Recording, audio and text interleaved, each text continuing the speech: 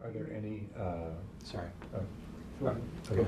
are there any limitations in terms of types of systems that this preamp would not work well with? I mean, I would say no. I've designed it deliberately to interface with, broadly speaking, all types of equipment.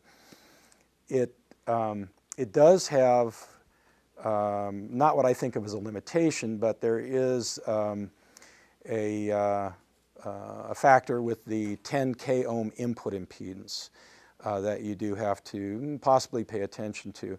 Most source pieces will be able to drive a 10 k ohm input load without any trouble at all. But there are a small number of pieces, they tend to be custom-made rebuilds of CD players or SACD players or things like that with a tube line stage that is unbuffered or doesn't use a cathode follower type design and can have a very high source impedance. Those systems might not be optimal for driving this, but that's a more theoretical kind of problem than real. I haven't really run into it at this point in time, but it's something to think about. The output side is very low output impedance. It'll drive anything that I'm aware of without any problem at all. I would hold that thought, Renee. Yes, sir, you had a question? Do you make your own boxes? Yes. It's really a nicely built box. Oh, well, I designed that piece and had the fabrication all done for me. Yeah, exactly. Yes. So the input impedance is constant with attenuation level? Well, the way it is set up, yes. I can adjust the levels. There is the option of having the output wired for unity gain or plus 6 dB of gain.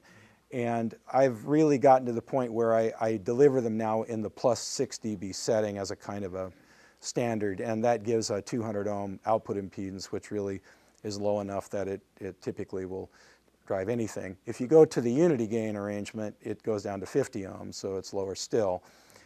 And the truth is, I think unity works fine in most situations. It's very rare that I think someone has an equipment arrangement that actually demands gain, but it comes up sometimes. But I haven't found any downside to using the plus 6 dB arrangement, and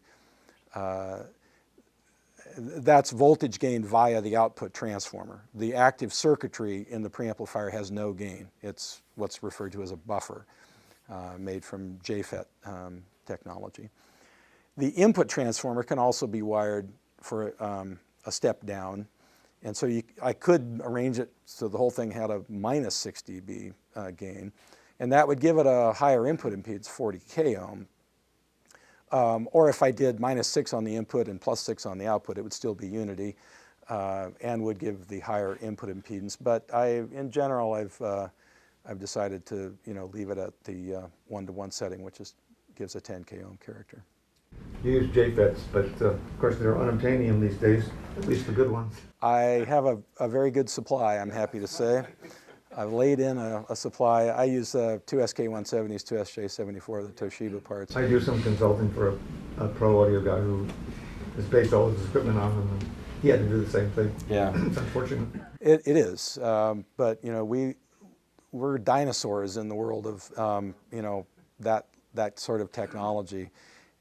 Everything is moving toward integrated parts, surface mount parts, et cetera, the kinds of through-hole parts and the sort of values that we hold dear and the things we look for in our designs are harder and harder to come by.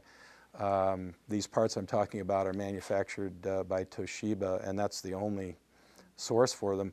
When I started designing gear a long time ago, there were a few good JFETs being made by American companies, but they went away very quickly.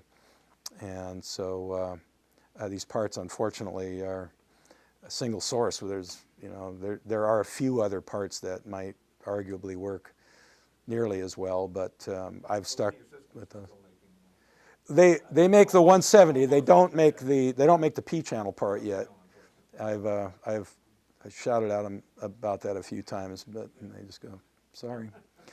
And of course, I could go with a single-ended circuit and use capacitors to, couple it or et cetera, but I haven't wanted to do that.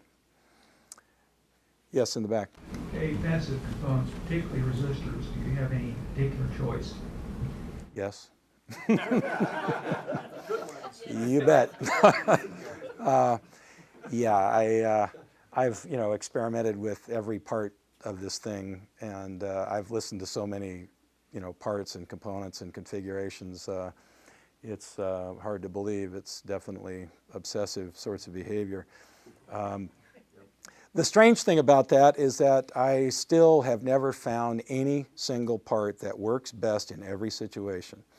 I choose certain parts for the volume control, certain parts for loading other parts of the circuit, certain parts for coupling. They are from it's a small number of manufacturers, but for instance, if you said, gee, I heard the Vishay Z-Foil resistor was the best, I'd say, yeah, it's a great part and it works really well in certain places, but it's not the only part that I choose, and it doesn't work the best in every situation. Same for capacitors, same for a lot of other sorts of things. Unfortunately, the theoretical best is not always affordable. Yeah, I haven't had to worry so much about affordability, but those are issues certainly. I mean, some of the parts that are in there are extremely expensive parts, it's true.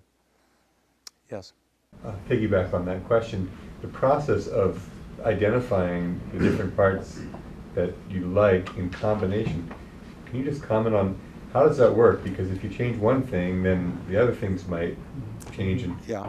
are there dominant things that you really like, and then there's smaller things that like you fix them and then you change others, or what is the process like?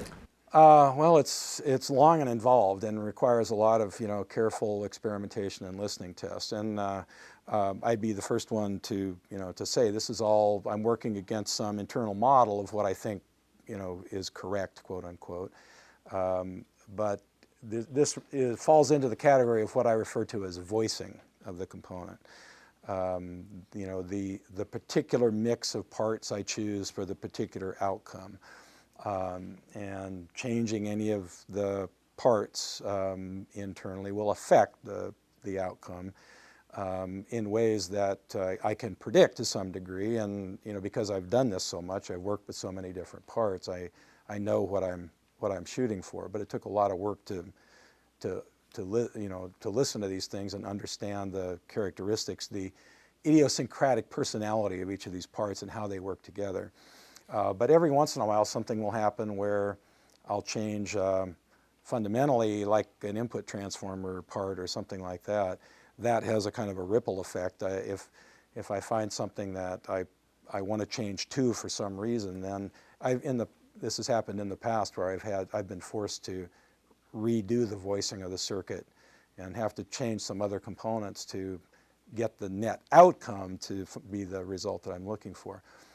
Interestingly enough, that the still points standoff, I fully expected that to be the result of that, but it wasn't. I was surprised by that. It's one of the few things I've ever done that lifted the performance of the product as a whole, but in such a way that the result of it was even across the board. It's like it just went from here to there, not this, not that, no unevenness in response. It just took the whole thing up. I didn't have to rebalance the circuit for it, which I was happy about.